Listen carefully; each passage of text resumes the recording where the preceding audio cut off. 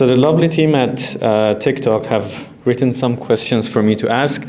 Some of these questions you have definitely heard before, and some of them came up in the presentations, but the idea here is that we get different perspectives from different speakers because they each come from a different background. The first question we would like to ask you is, what are some challenges in creating collaborations between educational institutions and tech companies? So what challenges do you see as the most dominant ones? Oh, you'll do the one. Time constraints. I think I was just telling someone, high turnover. So I find myself repeating the answers I've provided. So after about 6 months of the same thing, I get quite tired of it as well. So I would say time constraint mainly. Yeah, I think I'll pass it on. I would say we're dealing with a little bit of two different worlds sometimes. Academia tends to be, we're more inquisitive, there's more questions, we're never happy with the results, we reiterate the experiments. It's not about the final product usually, it's about the journey that leads to it. While in industry it's more product focused, it's more where's the money, of course it's important, right? That's what sustains the economy. So there's two worlds there that can have competing worldviews, and I think that's where the discussion stops sometimes, yeah. So in my point of view, the challenge is we are as a producer of the product I mentioned, so we need to make it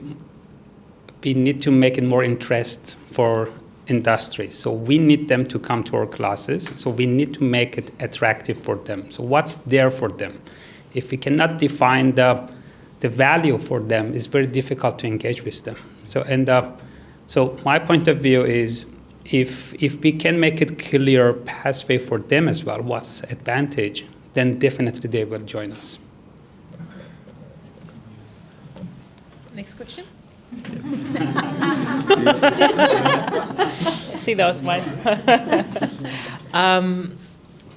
The challenge, I think it's about businesses giving. Oh, I only need one. Giving businesses, giving the opportunities to make things work a chance. I think to your earlier point, some of the businesses that I interact with, they may have engaged with someone in the past and like, oh, sure, you're just going to come and talk to me and nothing is going to happen. So my plea to businesses that give it a go, please, and we'll try to make it work. Yeah, so I think that's one of the challenging moments sometimes. But everyone's looking at me. Yeah, I think your fault. No, but it's again time. Time is a challenge. Yeah, definitely. Working in the same industry, I also have a lot that I want to say, but I won't because I'm leading the discussion. But yeah, I definitely second everything these guys mentioned. Just next question that comes to my mind is when you talk to industry, they blame the university. When you talk to the university, they blame the industry. What do you think the gap is that in your presentation, for example, you mentioned that, or in your presentation, that when people go to work, the skills that they've learned at university does not match of that of industry. So what do you think those gaps are? I'll go first. I personally don't believe in the blame game. It's not constructive at all. You just can blame everyone until the cows come home. Excuse me. But I think it's important to ensure that so long as we try, both in the academic environment and the business environment, and it's not just business, right? So we have government sector that's also the largest employer in the country. So long as we try together and make it work, and one step at a time. So that's, there's no magic pill you can take and then all of a sudden everything is just perfect. Because by the time you create something, and it comes from personal experience even, you create something and in 3 months' time businesses go, oh, hey, we would really love for you to change this and that and the other. And so long as we're responsive, we're doing something. That would be my take. So from an industry perspective, and this I think conversations I have with my colleagues, so because I'm very passionate about running graduate programs, but what I find my colleagues in various departments, we have to have programs for them around how to be a mentor. So I would say from an industry perspective, our own people struggle with that development side. And then you have grads who come into our program, and sometimes we say the grads get more than a new entrant into our workforce, because they, we really cater for different monthly learning programs for them. So sometimes we say, oh, they're quite spoiled. But on the other hand, where it's not a blame game, but it's I keep talking to my my people about being the new ways of working, right? We can't keep going, when we used to work, from 8:30 to 5. So there's a mindset shift that's required, and I'll take that from the industry perspective. But in perspective of university, when I hear a lot of people come out and they go, I can't see myself working in a 9-to-5 job. So if I'm looking at work design, how can I change? How can I change that? How can I make sure that do we need to really be working in an 8:30 to 5 environment? So that's a challenge for industry for us to rethink the way we design work. Yeah. For me, I think I'll have to follow up on what I said before. This perceived gap is, I think, because both education and industry is trying to ultimately achieve different goals. Education is about teaching and preparing people to be able to learn more, and then for industry it's mostly about their tasks, their specific outcomes. So I think the gap is only natural because both parties, if I say, are trying to achieve slightly different goals out of it. So I don't think it's wrong. What can be done is exposing each parties to what the other can offer quite early on. So informing our students that, hey, this is what you can expect in industry, and industry also being aware of what is happening at the university. And so in terms of awareness, not necessarily trying to do different things is my take on it. Thank you. So I'm agree with you that industry and education sectors, we might have a different goal. But if we back to the job market-centric system, skill shortage gap is not education problem. Is not even the industry itself problem. Is a national problem. Is everyone problem. And industry engagement for some institution is a luxury board. They have twice a year, they have an industry advisory board meeting, invite some high-profile people and talk about the collaboration, and nothing happened. Industry engagement is not a luxury board, it's a need, it's a must. So we like it or we don't like it, we have to do it. And we live in the age that no one can provide and have all the skills. So look at human 1,000 years ago. You've been in charge for providing food, security, healthcare for your family. But now we have different sectors to take care of everything. 20 years ago, when we have a job advertisement about the computing, they just advertised we need the computer engineer. But now we have thousands of the job opportunities for computer. So data analyst, data warehouse, different jobs, and super specialized. I'm as educator, I cannot survive at my class alone. I need industry person to stay next to me. Again, I repeat, so we need to co-design, co-deliver, co-assess the courses to make it done.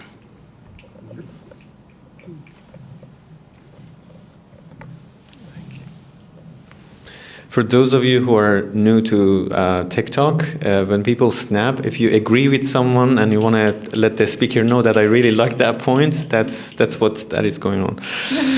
People are not trying to dance right now. The next question is, what role do you see collaborative learning playing in the development of future technology careers? Who would like to go first this time? I'll start with Masood. Yeah, we can start from there. So what role collaborative education? So one of the examples is a capstone project or internship or work placement. They are the very good role models that collaborative education system, that industry and institutions work together to foster students, to support the students and make them work ready. So I believe collaborative education system, we will see and we will hear it more. And if you look at the new government budgeting system for education system, they shift from the traditional theory-based learning or provider-based learning to the workplace learning. And the workplace learning budget increased, and the traditional way of learning decreased the budget. So this is the good indication that, because at the end of the day, education sector also are motivated by money. Money talks always. So, and we will see the move to that direction to have a more practical and more collaboration with industry, because more money there. So something that we have tried to bring into uni a little bit is kind of giving our students a sense of what to expect in the industry, right? So most of our students, again, coming from the engineering faculty, they're going to be tomorrow's technology developers. So they're going to build technology for tomorrow. So we want to make them aware about, Masood was talking about co-development or co-development. So this is something we've tried to introduce quite early on in the degree learning. And this involves being aware of the community for which the technology development is happening, and specifically for Aotearoa, being aware of our indigenous communities, exposing them to the ethics behind, how data is collected, or how things that they do in their tech career can impact the community. So this kind of exposure is what the education sector can actually provide, along with, of course, the collaborative learning or group work, teamwork, and everything is happening. But along with that, hey, will you go to the industry and will you be able to think, okay, what's the impact of what I'm doing? And that's kind of an impact that I'm seeing in some of our courses and some of our projects, where we are consciously introducing students to these aspects as well. So 70-20-10, you all familiar with the model? 70% you learn on the job, 20% social learning, 10% in the classroom. So I'm very much focused of learning in the workflow. Once upon a time, I was an educator, but I can go back to this particular group that I had for a year, and I would really I would say that they are a very successful team, a group of people, because of the real-time projects that I set for them.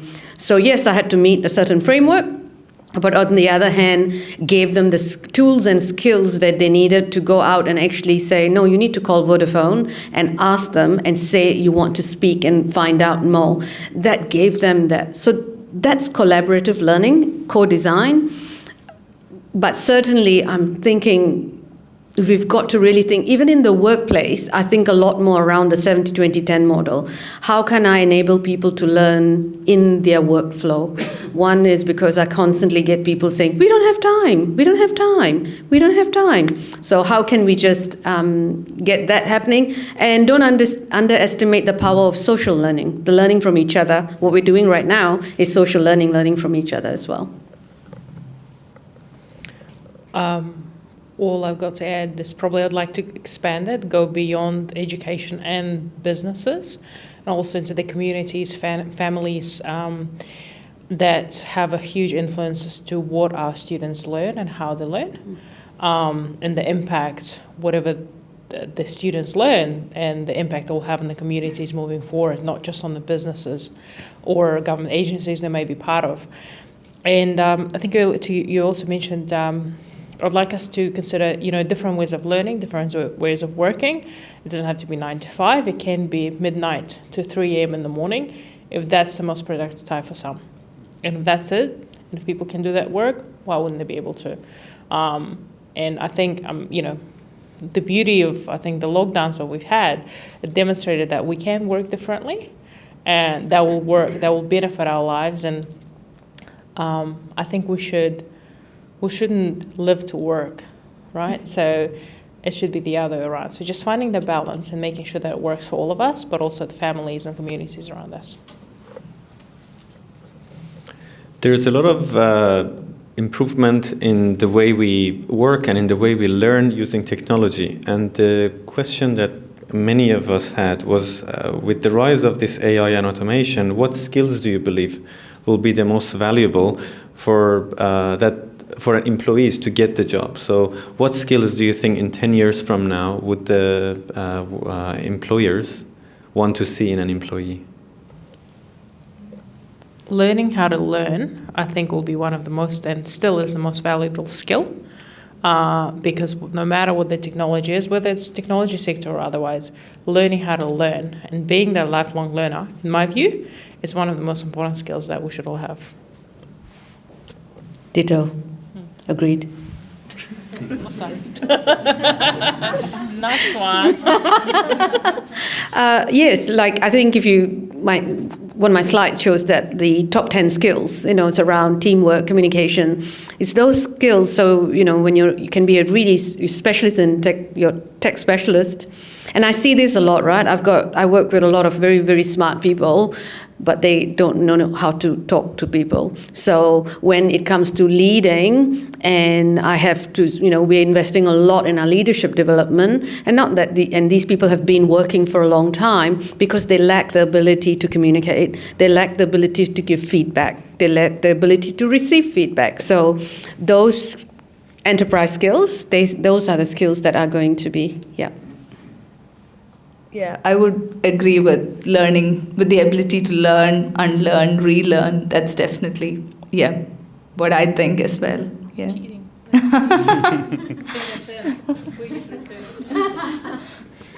Yeah, absolutely agree with all of you. But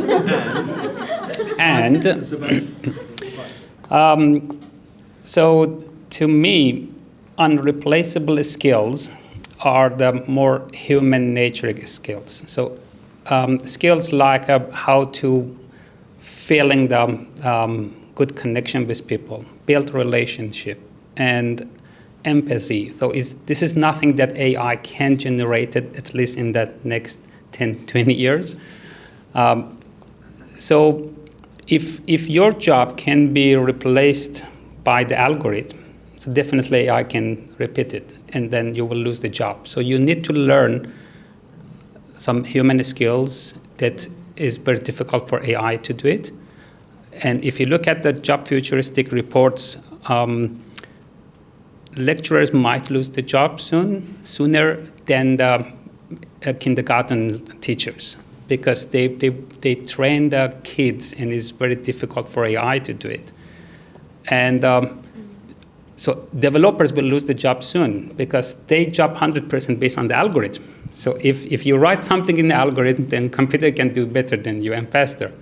So what you need to learn is some innovative way of doing jobs, problem solving, and critical thinking. This is something that you need to have to secure yourself. I just want to add one more thing. Assessing. So you can access information. So you go into your ChatGPT, you go, poof, you get all that. But how do I assess the information? So that's a really critical skill.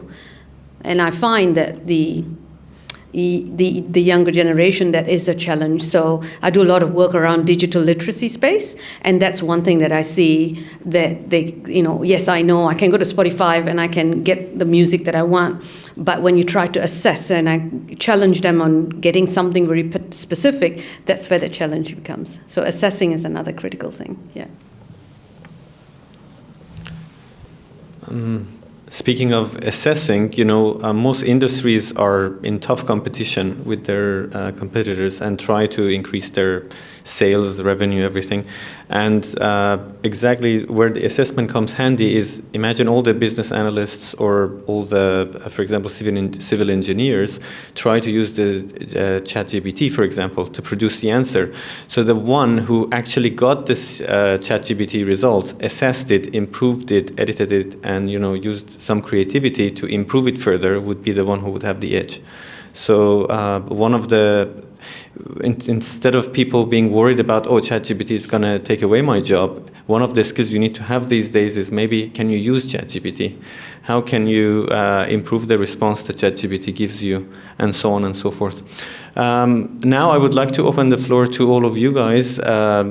If you have any questions for our panelists about the topics we discussed today. Yes. I think not a question, but at the same time maybe question, but there is one thing that we are missing here, I believe, and I want to highlight it as what we just discussed, and even I was also mentioning that was university and industry was ever connected. So we were just like talking this stuff and emphasizing on it that they have never been connected together. And it's all good, the PI sort of programs, and then what all you guys have just like taken as the initiative stuff there. But one more important thing that we need to also consider, which is the role that universities are playing. I like that discussion of like, is the student our customer or is it our product and all? And it's really gray area, and it's both of them. On the other side, where they are our customer or the product, one thing that we need to also highlight is we teach the principles to students. The skills of what to do, how to work with the tech and all those stuff can be learned from all these platforms that we have. But so 20-something years ago, I've been trained in the tech industry as a software engineer, but the software engineers just that no longer exist. There are hundreds of different jobs that now in that IT space, but like I've been able to learn them in the job because I have learned principle in university. So that is one more thing we need to consider. Yes, we need to connect the students to the industry, but also we need to teach them those principles, because some of those job creators, like Steve Jobs and then the others, we have to always remember that they have dropped out from the university. And then they have created jobs for lots of people whom they are still in university though. So yeah, that's a little bit of the things that I just wanted to add. And also I would like to hear your opinion on this, like how and where we are on that mission of the university. Are we considering also those principles to be built out in university? Thank you. Any thoughts, panelists, who would like to start? Yeah, I'm 100% agree that one of the main mission of universities is to build the principles around any new learning. When we talk about industry engagement, internship, so mostly is the last year, the students very close to the graduation. So yeah, is it right comments we need to mention at which level of the learning? As Dila mentioned, for example, online learning is not the solution for everyone. So same as industry-oriented learning is not the solution for everyone. So when we talk about the industry collaboration,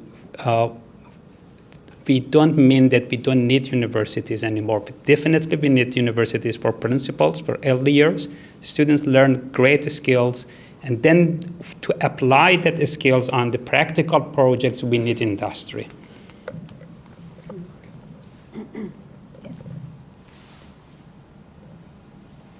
Yeah, I don't think I can add to that, but yeah, certainly. I guess you think about some of the big corporates, right? Like McDonald's, for example. And I know, I know my husband worked on this project where we brought the qualifications to meet what the training was already there. So that's a really good example of a collaboration of bringing in you're also enabling someone who would have had a qualification get a piece of paper. So that's where those micro-credentials come in. So there's always space for university, and I think we are already working at that gap. Sometimes we think, have we actually closed the gap in 20 years? But we're making some movements, all these things. It takes a lot of effort to make happen. So I think we're moving in a direction, maybe a bit slowly, but we're learning as we go, right? Applying our design thinking, and we're experimenting as we go. So I think there's a lot more interest. But I think the first thing that popped in my head when you said that, moving to New Zealand, I'm originally from Malaysia, spent about 8 years of my life in the US in university, and I moved here. One thing that surprised me here was the lack of, you hear a lot of people say, why university? So there's that whole culture of, is university the way to go? So that's where we need a lot more conversations happening. And that's why I really, really think the micro-credentials are an excellent way, because it's paving. I was describing it to someone yesterday, it's the building blocks. It's like Lego blocks. I'm going to put one piece after another, and people go, okay, no, I don't want to move that way. I think I want to move this way. So I think we are heading towards something. Yeah. I just want to add that by working with industry as providers, we open the door for our learners to get their foot in the door. And having been there myself, I know it can be incredibly challenging to get your first job after graduation. And I couldn't get one for 6 months, and I was thinking, what is wrong with me? But when you open that door for the learners and you go, hey, here's the ticket almost into the future. Now it's up to you to make it happen. And I think that's where the collaboration is the key, right? So co-development, co-design, co-delivery, but ultimately building that network for students so they could go and get to know people or work with people they already know and feel more comfortable around those individuals. Thanks. Thank you. Any more questions? Yes, sure. Hi, my name's Sue. I also work at Unitech. The single biggest challenge we have with our students is mental health and anxiety. And I can see that is where the transition into the workplace is going to be difficult. If they're having issues transitioning into tertiary education, then how are we going to use our tech and our collaborative stuff to support the well-being of those students? Great question. I'm glad I'm not going to answer. There you go. I like how you run towards me. Okay, thanks. Thank you. I promise I didn't pay for that question. Thank you. Although we do come from the same organization. So absolutely, and I think pastoral care is a key when it comes to supporting students. So I don't believe it's all about the academic support in the classroom. It's a pastoral care provided to learners. And again, if we go back to the notion of internships, it's almost like a safety. We're putting a safety net around our learners, and we go, we support you. We have our businesses that we work with will hopefully support you, but all the other agencies in between. So 100%.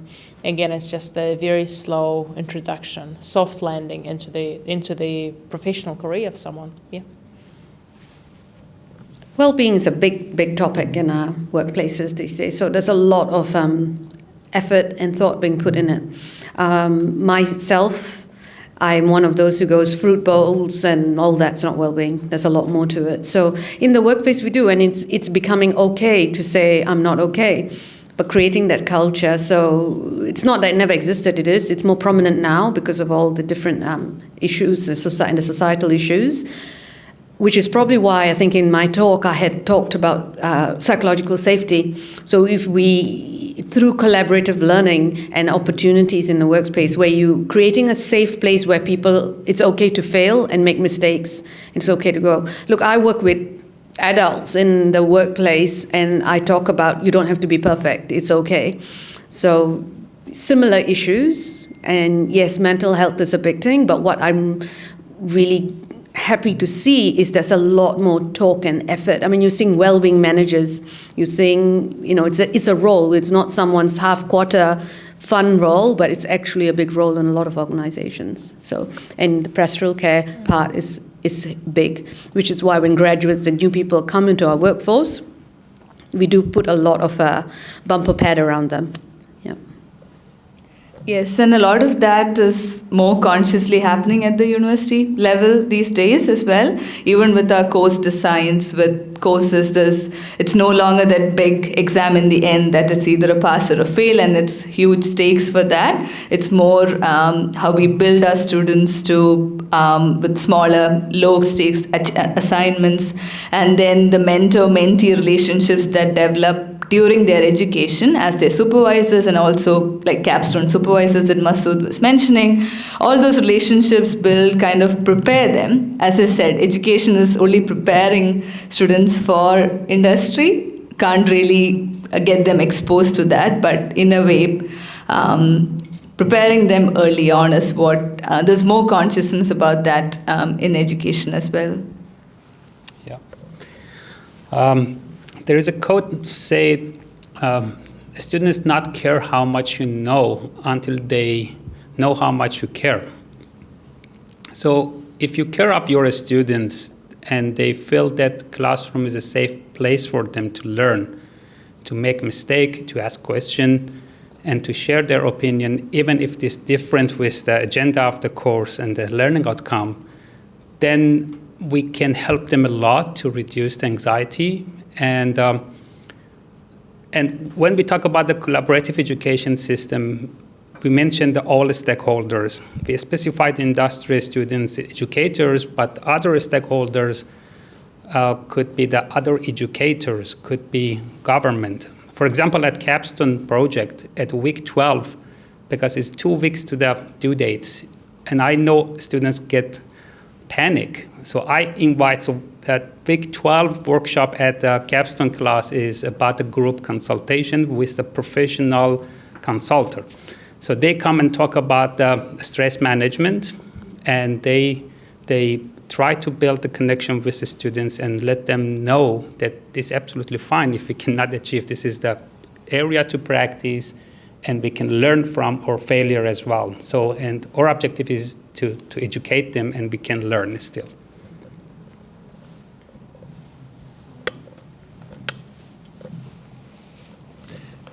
One last question, if you'd like, otherwise we can wrap up. David, there you go. Hearing from the floor and hearing from you five, actually almost six, but what I'm trying to grasp though is we have a course, a product enters, customer, client enters, wheels their way through 10 weeks, 6 months, 4 years, comes out as a final product, an end result, ready for industry. Not quite.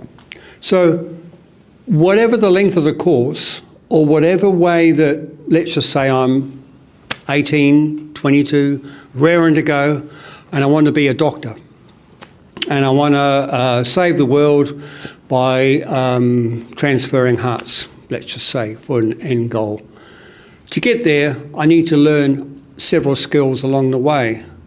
But whatever the course might be in tech, be it in industry, what is the actual real process? Because I've just thought about that the context of a student entering the course, they may have an idea in their mind and they go along and maybe 2 weeks down the track, they're stopped. But what's the indoctrination process? Because if what they think should happen compared to the job that they want to go for, when they come out, it doesn't fit, as I've heard a few times, is there a disconnect at that point of when they first when you bring them on board, or is it the outcome disconnect that or, well, actually, you're not quite right yet because everything's now just changed. Is there not somewhere along the process that things can be agile and be updated with the course or whatever you're teaching? Thanks. I'll start from here. It's a long question. So I'm an educator myself, and I should say, unfortunately, education system so it's not that agile you expect. So we need to follow the program outcomes and then learning outcomes, and all of them at the Unitech, we need to get approval from NZQA. And very simple changes, we need to back to the NZQA again and get approval for the very simple changes. However, program outcome and learning outcome are very broad and very high level perspective. As a lecturer at class, we have some flexibility to adjust the materials and collaboration and the way of delivery, but we are not that flexible. And that's why we can see the heaps of online platforms available at the market.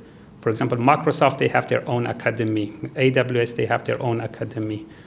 Lots of different industries, they build their own courses because they fill the same gap.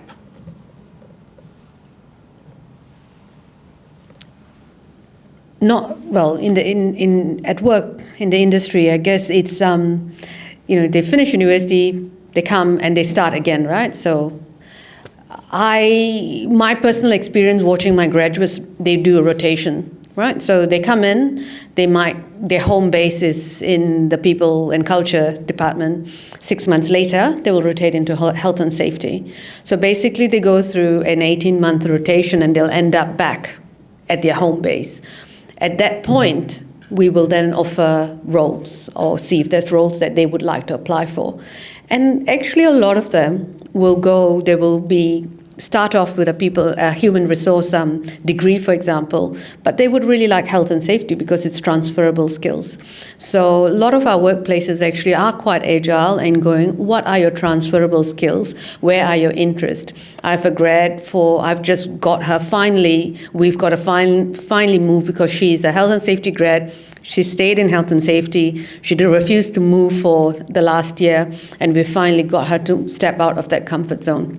Because you need. So that's probably what we do in the workplace from a graduate program perspective, and some of my colleagues in the industry do the same thing. So rotation is really critical, yeah. I haven't been operating in the traditional sort of training programs that are, say, under more than a year or longer than a year. But to your earlier point that gentleman made about students, people learning the fundamentals at a tertiary with a tertiary provider, whether it's a polytech or university. I think if you look at the 3-year degree, I think it's important for us to teach them the fundamentals. So even if the roles they may have thought of at the year 1 are no longer there at year 3, then they should be able to adapt and change and apply the skills they learned at year 1. I think that's the point you were making earlier. But otherwise, short and sharp training, short courses, micro-credentials, they're there for those exact reasons, so that when someone enters, we know the role will still be there in 3-4 weeks' time, or the need for that will be there. So it's both ways. So therefore, I think, exactly to your earlier point, it's absolutely important to teach the fundamentals and teach the students to learn how to learn. So when they do graduate, they're like, okay, I'm just going to go Stack Overflow. Probably they're not going to go Stack Overflow anymore, but ChatGPT, most likely. But it is there. Their world is their oyster. Thank you so much to all of our speakers. There are many things that I can list that I learned today.